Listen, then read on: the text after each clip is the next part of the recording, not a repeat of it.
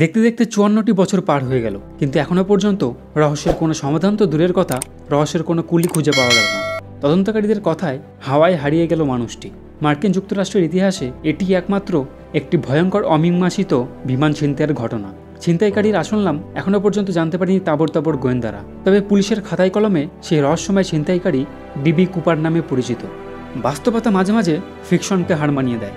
পিঠে টাকার ব্যাগ আর প্যারাশুট নিয়ে প্লেন থেকে লাফ দেওয়াটাকে ফিকশন মনে হলেও ১৯৭১ সালের পর একটা ঘটনা থেকে অনুপ্রাণিত হয়ে পরবর্তী ৪ বছরে অন্তত ১৫ জন এই বিপজ্জনক কাজটি করেছিল। এই ১৫ জন ধরা পড়লেও যার থেকে অনুপ্রাণিত হয়ে এই কাজটা করা হয়েছিল সেই ডিবি কুপার এখনও ধরা পড়েনি। FBI ৪৫ বছর তন্ন করে খুঁজেও এই লোকটার কোনো ট্রেস করতে পারেননি এবং এই কেসটা পরবর্তীতে ক্লোজ করে দেওয়া হয়। ঘটনা শুরু হয় ২৪শে নভেম্বর ১৯৭১ সালে। সাদা শার্ট, কালো টাই আর বিজনেস স্যুট পরে বছর ৪০-এর একজন লোক নর্থ ওয়েস্ট ওরিয়েন্ট এয়ারলাইন্সের পোর্টল্যান্ড কাউন্টার থেকে একটা ওয়ান ওয়ে টিকিট কাটেন ওয়াশিংটন যাওয়ার জন্য। যেই প্লেনের টিকিটটি তিনি কেটেছিল সেই প্লেনটির নাম ছিল বোয়িং 727। লোকটা তার পরিচয় দিয়েছিলেন ড্যান কুপার নামে। প্লেন ছেড়ে যাওয়ার বেশ কিছুক্ষণ সময় পার হয়ে যাওয়ার পর ফ্লোরেন্স স্ক্যাফনার নামে এক কেবিন ক্রুর হাতে কুপার একটি কাগজ ধরিয়ে দিলেন। স্ক্যাফনার ব্যাপারটা পাত্তা না দিয়ে কাগজটা নিজের পার্সের মধ্যে রেখে দেন। এমন সময় কুপার তাকে ফিসফিস করে বলেন, miss, you would better look at that note, I have a bomb. অর্থাৎ বোমা দিয়ে বিমানটি উড়িয়ে দেওয়ার হুমকি দিয়েছিল। মিস ক্যাপনারকে বেশ অবাক করে দিয়ে কুপার তার অ্যাটাচি কেস খুললেন এবং বোমা সদৃশ কিছু একটা দেখালেন। তারপর মিস্টার কুপার প্লেনের ক্যাপ্টেনের উদ্দেশ্যে কয়েকটা ডিমান্ড লিখে একটা নোট পাঠালেন, যেখানে তিনি $২,০০,০০০, যেটা ভারতীয় টাকায় প্রায় ১,৬৯,১২,৯০০ টাকা, এবং 4টা প্যারাশুট, যার মধ্যে 2টা প্রাইমারি প্যারাশুট এবং 2টা রিজার্ভ প্যারাশুট দাবি করলেন যাত্রীদের মুক্তির জন্য। একই সাথে তিনি সিয়াটেল এয়ারপোর্টে একটা ফুয়েল ট্রাক রাখতে বললেন যেন প্লেনটা রিফুয়েল করা যায়। পাইলট উইলিয়াম স্কট তখন কর্তৃপক্ষের সাথে কথা বলেন এবং হাইজ্যাকিং এবং ডিমান্ডের ব্যাপারটা নিশ্চিত করেন। নর্থ ওয়েস্ট ওরিয়েন্টের প্রেসিডেন্ট ডোনাল্ড নাইরুব রাজি হলেন $২,০০,০০০ যাত্রীদের মুক্তিপণ হিসেবে দিতে। উল্লেখ্য, এই $২,০০,০০০ ম্যানেজ করে দেয় FBI সিয়াটেলের বিভিন্ন ব্যাংক থেকে। কুপারের কথা মতো সেখানে $20 10,০০০টা নোট থাকে এবং সহজে যেন ট্যাগ করা যায় সেই ব্যাপারটা মাথায় রেখে FBI যে নোটগুলো ম্যানেজ করে দেয় সেগুলো শুরু ছিল L দিয়ে এবং বেশিরভাগই 1963A এবং 1969 সিরিজের নোট ছিল।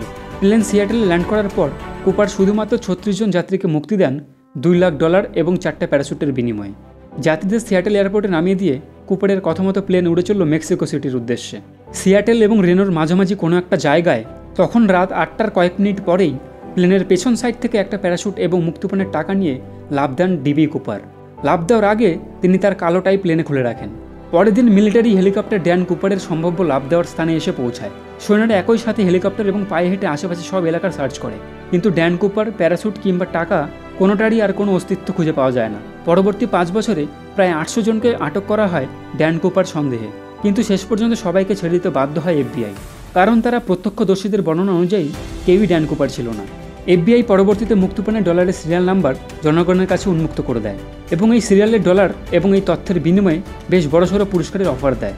১৯৮০ সালের আগ পর্যন্তই অনেকেই এই সিরিয়ালের নোট পেয়েছে বলে দাবি করলেও কেউই দেখাতে পারেনি যেটা FBI সব শর্তগুলো পূরণ করে। ঘটনা 9 বছর পর ১৯৮০ সালে ব্রায়ান ইনগ্রাম নামে একটি বাচ্চা ছেলে পোর্টল্যান্ডের উত্তরে কলম্বিয়া নদীর কাছে বালিতে গর্ত খুঁড়তে গিয়ে $20 3টা বান্ডিল খুঁজে পায় বালির 3 ইঞ্চি নিচে। সেখানে টোটাল $5,800 ছিল এবং সবগুলোই কুপারের সিরিয়ালের সাথে ম্যাচ করে। ১৯৭১ সালের পর কুপার রহস্যের প্রথম পাওয়া এভিডেন্স ছিল এটা। 8ই জুলাই 2016 সালে FBI কুপার রহস্যের কোনো সমাধান না দিয়ে কেসটা ক্লোজ করে দেয়। ৪৫ বছর ধরে 60 ভলিউমে লেখা কেস ফাইল ঐতিহাসিক নিদর্শন হিসাবে ওয়াশিংটনের FBI হেডকোয়ার্টারে রাখা আছে। আমরা হয়তো কখনোই জানতে পারবো না 1000টা বান্ডিল থেকে কিভাবে 3টা আলাদা হলো এবং কেনই বা সেগুলো ঘটনাস্থলের 20 মাইল দূরে একটা নদীর ধারে বালির নিচে চাপা দিয়ে রাখা হয়েছিল। ড্যান কুপার কি বেঁচে থেকে এই 35 বছর পালিয়ে বেরিয়েছেন, নাকি তিনি লাফ দেওয়ার সময় মারা যান?